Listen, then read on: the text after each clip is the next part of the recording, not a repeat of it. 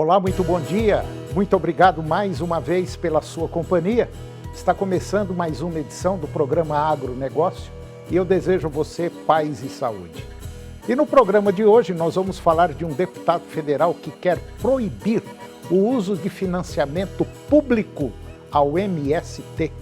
Você vai conhecer o Bovalet, um frigorífico francês que está no Brasil há 6 anos, mais especificamente lá em Humas, no estado de Goiás. E vamos comentar do Imposto Territorial Rural, ITR, que vence no dia 30 de setembro, último dia. Vamos conversar com Rudimar Spangenberg, ele é agrônomo de desenvolvimento da Irrara, e nós vamos falar de batata e tomate, que estão sob pressão. Requeima e pragas desafiam o campo. O programa Agronegócio já está no ar.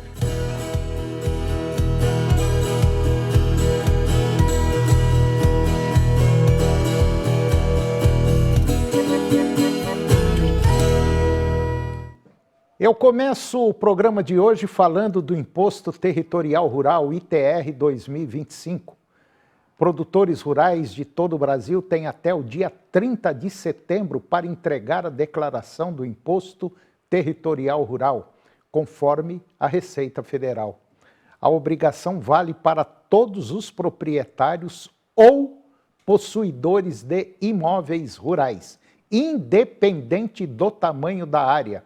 E o documento serve tanto para cálculo de tributos quanto como referência em operações futuras, como venda de propriedades e apuração de ganho de capital.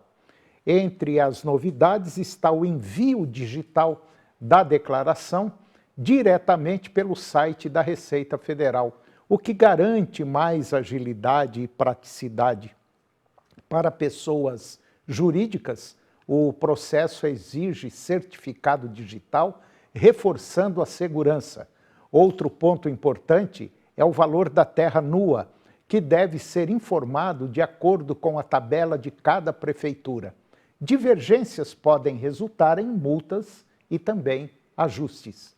Imóveis cadastrados no Cadastro Ambiental Rural, no CAR, terão as áreas de reserva legal automaticamente consideradas, dispensando o recibo do ato declaratório ambiental, que é o ADA, e reduzindo a burocracia.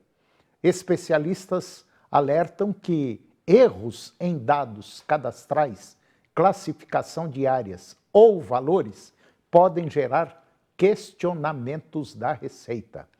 Além de obrigatória, a declaração é estratégica. O valor informado pode ser usado como base para cálculo de ganho de capital em futuras vendas, ajudando a reduzir a tributação. Por isso, a recomendação é não deixar a entrega para últimos dias, garantindo tempo para revisar informações e aproveitar o ITR como ferramenta de gestão fiscal e também patrimonial. E agora você vai ver que um deputado federal, ele quer proibir o uso de financiamento público ao MST. O deputado, ele quer proibir esse financiamento. Ele é o deputado Rodolfo Nogueira, do PL do Mato Grosso do Sul, que é o presidente da Comissão de Agricultura e Pecuária da Câmara. E também ele é o coordenador da Comissão de Seguro Rural da Frente Parlamentar da Agropecuária, a FPA. E ele apresentou uma emenda à Lei de Diretrizes Orçamentárias 2026 para proibir o uso de recursos públicos em movimentos, entidades ou programas que incentivem invasões de propriedades, prática associada, segundo a FPA, ao MST. A proposta determina que nenhuma verba da União poderá ser destinada direta ou indiretamente a iniciativas que promovam ocupações irregulares de terra. A medida visa garantir o respeito ao direito de propriedade previsto na Constituição, além de assegurar segurança jurídica no campo e também nas cidades.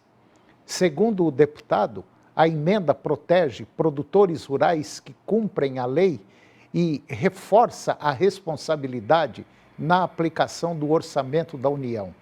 Não é aceitável que o dinheiro público seja usado para sustentar organizações que atuam à margem da lei e promovem invasões de propriedades.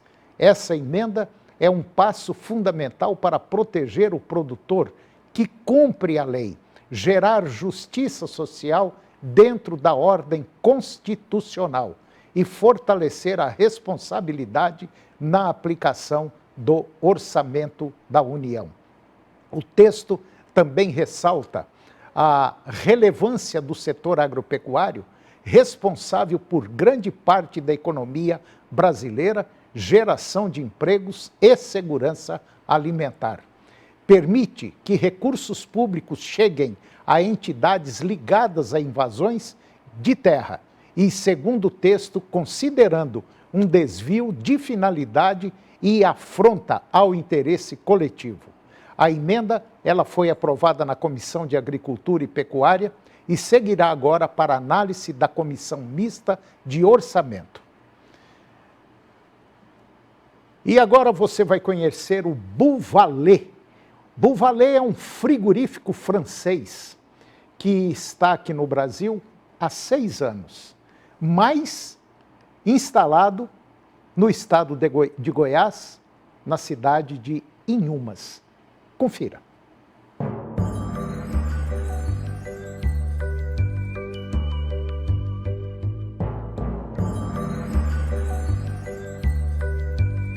Eu vou conversar com Charles Legui.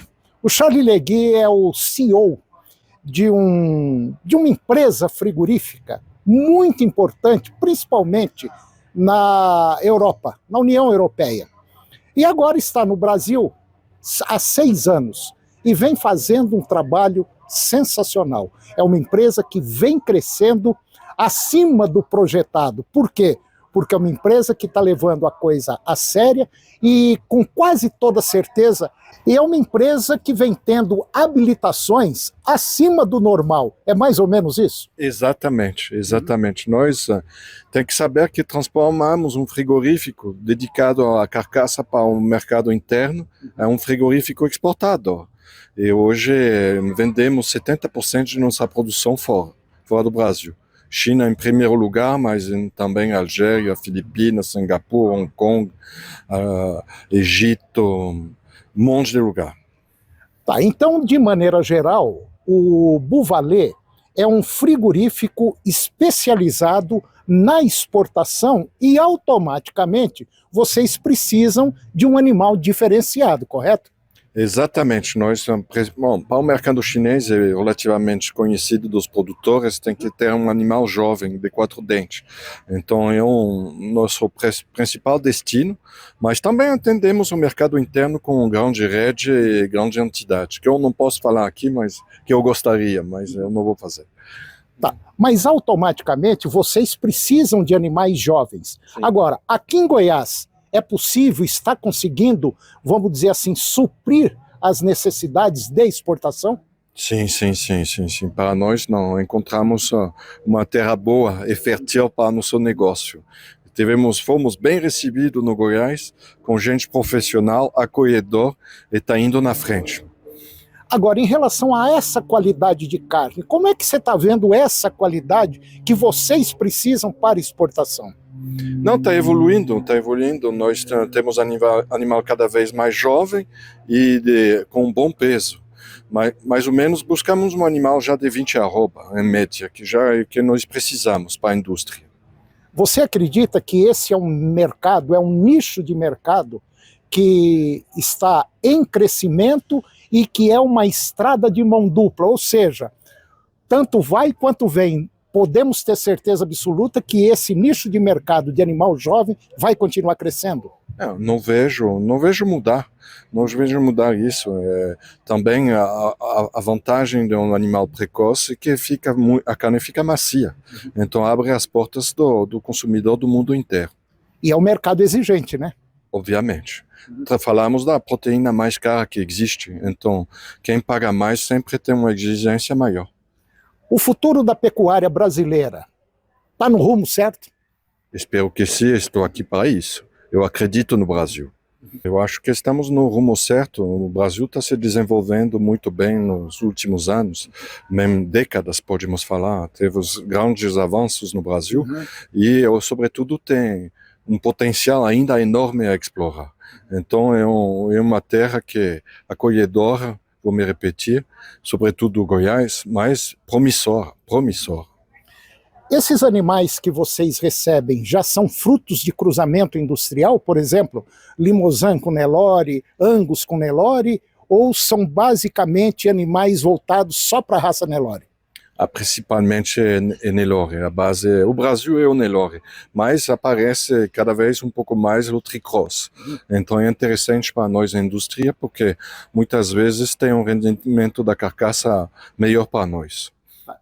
E esse evento que vocês estão organizando, você acredita que pode ser uma injeção de ânimo para a volta do Limousin, principalmente cruzado com o Nelore? Não, apostamos claramente nisso, acreditamos forte. Não, eu acho que é uma oportunidade muito boa para o produtor, muito boa, economicamente e também para o consumidor, um produto diferente no final. Acreditamos muito nesta raça, nós somos da região do Limousin, na França, e queremos dar uma oportunidade da pecuária brasileira rever a capacidade desta raça que pode se adaptar muito bem aqui com o cruzamento. Tem que saber ou relembrar que o Brasil é o maior exportador de carne no mundo e vai ser o maior produtor, eu acho, ano que vem. Então, sem dúvida, tem gente competente e que são pioneiros em muitas coisas, inclusive. O Brasil é a fazenda do mundo. Pelo menos uma das fazendas, seguro. E obviamente, nós temos que trabalhar um país totalmente aberto para vender estes produtos em qualquer lugar do mundo e atingir o consumidor. Agora, o Bouvalé, ele tem uma carne premium. A carne que fica aqui no Brasil é uma carne premium também, assim como a que vai para o exterior? Não, temos várias linhas de produtos. Bom, lá na minha camisa é a marca melhor que nós temos em relação à qualidade, que são animais meio sangue Angus, com toda uma seleção rígida e uma suspensão pélvica no abate, maturação da carcaça. É um trabalho que ninguém faz no Brasil. Muito bom. Obrigado. Mercado garantido. Espero que sim.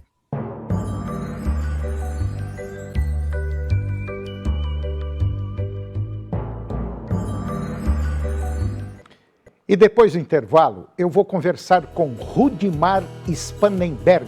Ele é agrônomo de desenvolvimento da Ihara e nós vamos falar da batata e do tomate que estão sob pressão. Requeima e pragas desafiam o campo. Nós voltamos já, é um minuto só.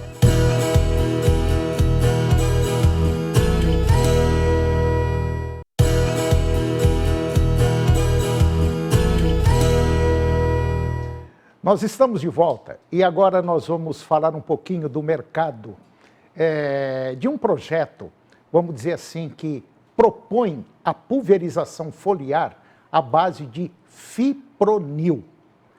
A Comissão de Meio Ambiente e Desenvolvimento Sustentável da Câmara dos Deputados deu aval ao projeto de lei 4.592/23 de 2023, que propõe a proibição da pulverização foliar com defensivos agrícolas à base de fipronil.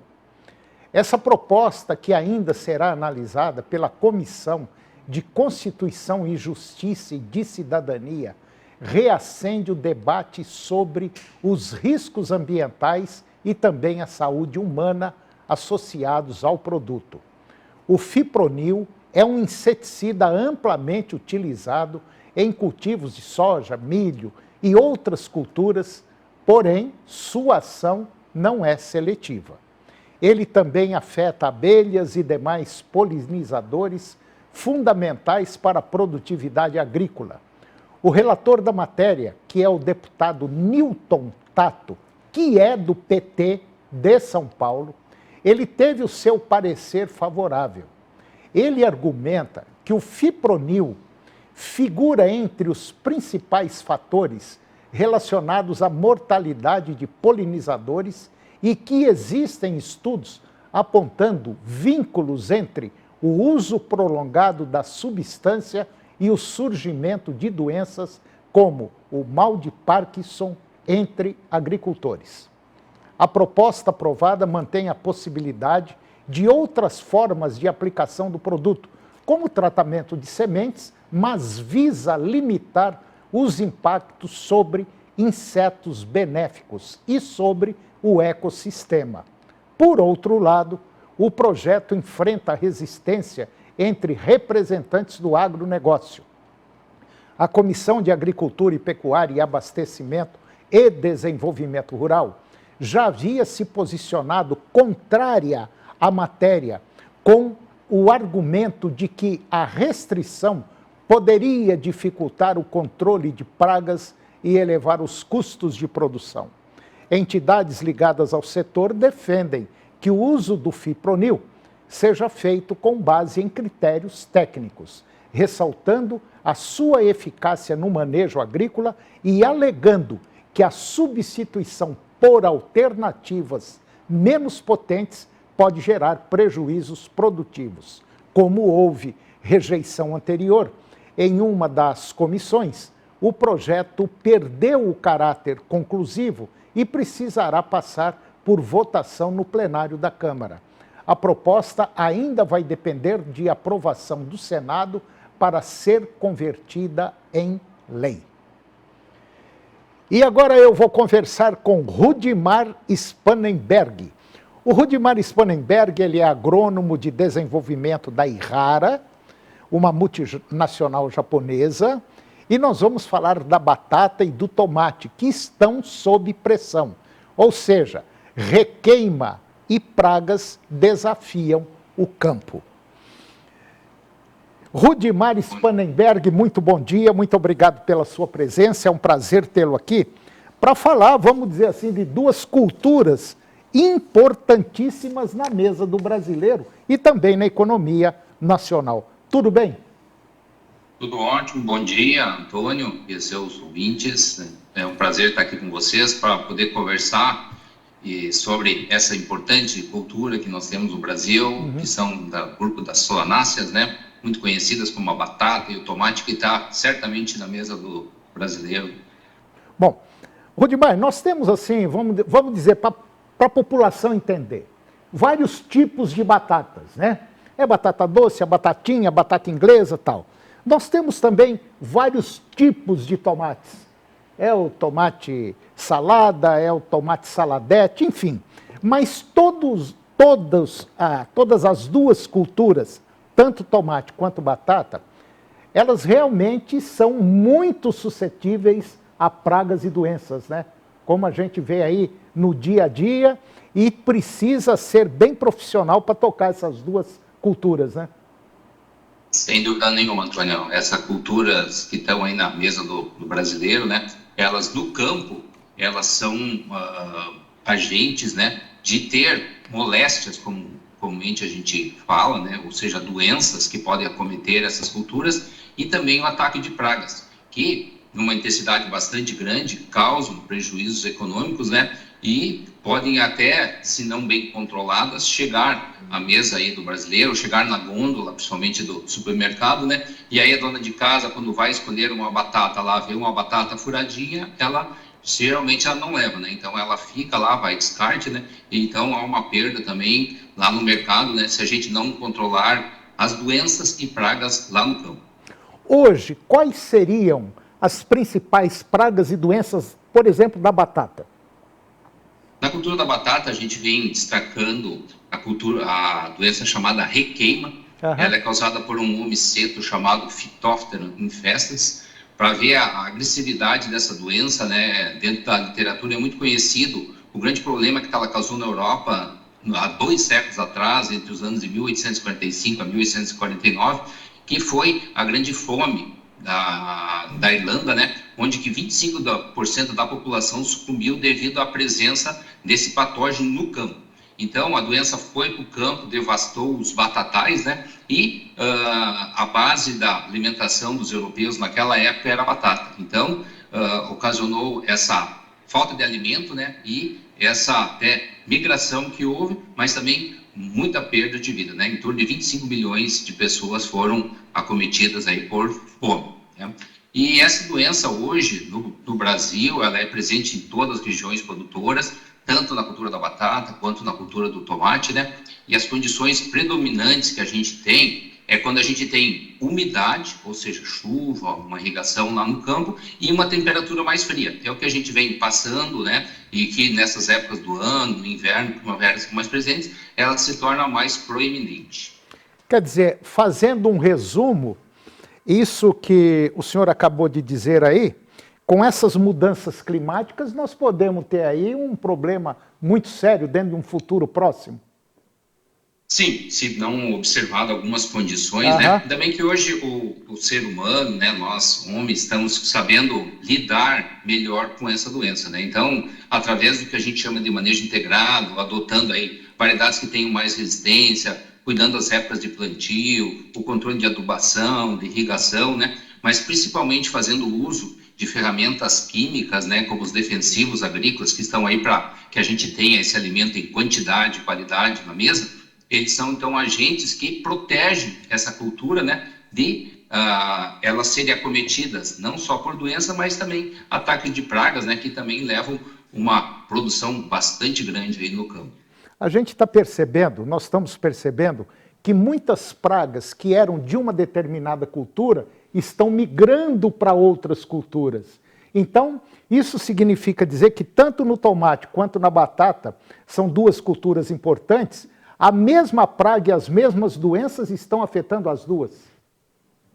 Sim, por ela ser da mesma família, né? Então há uma especificidade bastante grande, né, do ataque dessas pragas. E como você bem salientou, a gente tem hoje no Brasil condições de estar cultivando, né, seja o tomate, a batata, ou um milho, um feijão, um arroz, uma soja, 365 dias por ano. Então, o que a gente chama aí desse aproveitamento da terra, né, de ter sempre uma cultura, ou naquele local, numa parte de um pivô, né, onde que se tem muito aí no Brasil Central, os pivôs, né, de irrigação. Então, a gente muitas vezes tem uma cultura, mas tem ali o que a gente chama de ponte verde, né, onde que essas pragas, elas também podem estar alojadas, né, e quando a cultura estiver mais suscetível, ela pode migrar e fazer esse dano lá na cultura que poderia ser, nesse caso, o tomate ou a batata.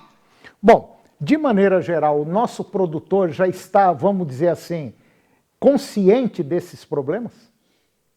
Sem dúvida nenhuma, né? Hoje a gente vê que o nosso produtor está muito profissional. Quem cultiva a batata e o tomate hoje, né, vamos dizer assim, não são marinheiros mais de primeira viagem. São pessoas que conhecem a cultura, né, e que tem, muitas vezes, também um amparo aí de ter um técnico, um consultor, para cuidar e dar o melhor direcional para o que vai ser feito lá no campo, né? Então, essas culturas hoje, elas têm empresas por detrás também, né, que fomentam o uso das melhores variedades e técnicas para que a gente tenha aí uma produção em quantidade e com a qualidade que precisamos. Bom, e você que está nos acompanhando pode ter certeza absoluta. A Ihara é uma multinacional japonesa com mais de 60 anos aí de mercado e o portfólio da Ihara é muito grande. A Ihara consegue hoje, vamos dizer assim, entrar em todos os setores da agropecuária, basicamente em todas as culturas e com produtos, pode ter certeza de grandes efeitos positivos. Bom, sem dúvida, Antônio, a Ihara é uma empresa, né, como você salientou muito bem, aí, né, que está presente aí no nosso país há 60 anos e trazendo o que há de melhor lá do Japão para as nossas lavouras aqui no Brasil. É verdade. Bom, eu conversei com Rudimar Spangenberg, ele é agrônomo de desenvolvimento da Ihara, e nós demos assim uma viajada pelo tomate e pela batata, só para você ter uma ideia que não é fácil produzir, é muito complicado. Mas eu acho que deu para ter uma visão mais ou menos ampla da situação hoje que os produtores vivem com essas duas culturas. Rudimar Spangenberg, muito obrigado, meu irmão, muito obrigado mesmo, um grande abraço e até a próxima. Obrigado, Antônio, né, a você e a todo mundo. Obrigado.